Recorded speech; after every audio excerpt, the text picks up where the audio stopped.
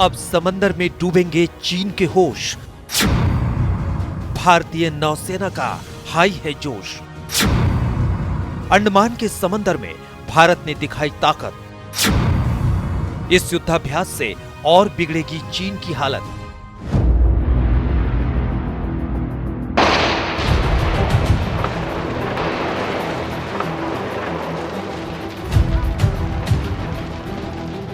समंदर की शांति में शौर्य का ये शोर सुनिए। समंदर की लहरों ने भी अब चीन की धड़कनों पर हावी होना शुरू कर दिया है। लद्दाख में चीन की चालबाजी से सबक लेकर भारतीय नौसेना ने उसे समंदर में घेरने का चक्रव्यूह बना दिया है।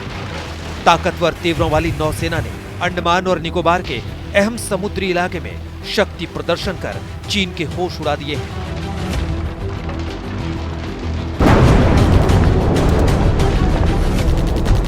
अंडमान निकोबार के पास अभ्यास कर रहे भारतीय युद्धपोतों में वॉरशिप्स, पेट्रोलिंग एयरक्राफ्ट और पनडुब्बी शामिल हैं।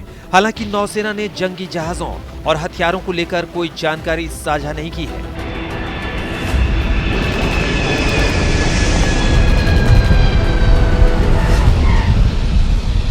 चाइना का जो ट्रेड रूट है सी के द्वारा, उसके ऊपर कंट्रोल दिखाने की कोशिश कर रहा है। एक तरफ अमेरिका जो कि साउथ चाइना सी में है, और दूसरी ओर भारत और जापान जो साउथ चाइना सी से लेकर जो अंडमान निकोबार का एरिया है, इनके बीच में अपने अपने नेवल एक्सरसाइजेस कर रहे हैं। सो काफ़ी ऐतिहासिक ये रुख पकड़ेगा जब मालाबार एक्सरसाइज आएगी। और हाल में जो ये चल रहा है नेवी का एक्सरसाइज, ये काफ़ी अच्छी एक्सरसाइज है और मैं समझता हूँ कि इससे नेवी की जो क्षमता है उसको और पारदर्शिता और ऊंचाई मिलेगी।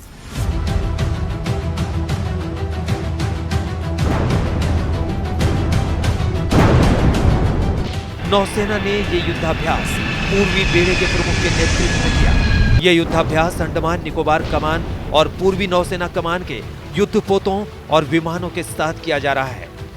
2001 में बनाई गई अंडमान निकोबार कमान देश की इकलौती ऐसी कमान है जो एक ही ऑपरेशनल कमांडर के तहत थल, जल और वायुसेना के साथ काम करती है। इसके समंदर में अपनी ताकत दिखाने की भी एक खास वजह है। दरअसल चीन के कुछ समुद्री रास्ते इसके करीब से ही होकर गुजरते हैं और वो अपनी नई व्यापारिक गतिविधियों को इन्हीं रास्तों से संचालित करता है।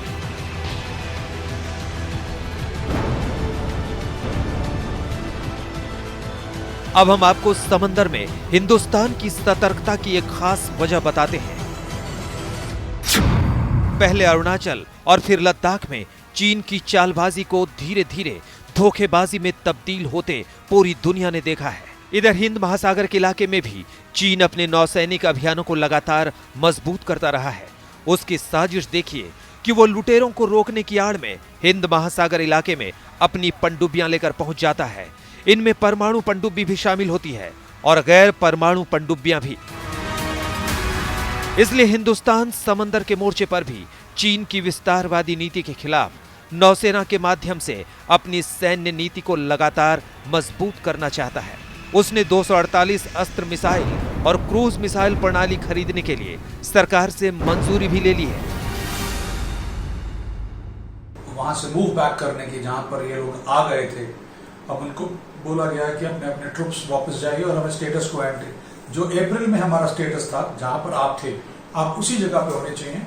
तो अब वो अगर उसमें देर लगा रहे हैं तो फिर इसका प्रेशर कहीं और से भी डालना पड़ेगा। तो उसके लिए मेरे हिसाब से ये जो भारतीय नौसेना का जो युद्ध अभ्यास हो रहा है next to Malacca Straits and Andaman seas, it will certainly give a message. बहुत उम्दा और एक स्ट्रांग मैसेज जाएगा।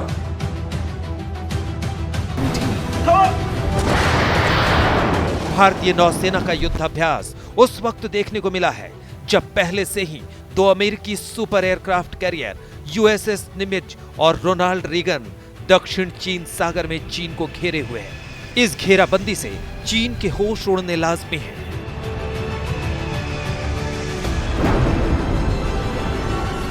भारतीय नौसेना के लिए समंदर में अपनी तैयारियों को परखने का ये शानदार मौका था और दुश्मन के लिए साफ संदेश भी कि हर वक्त मोर्चे पर मुस्तैद है हिंदुस्तान।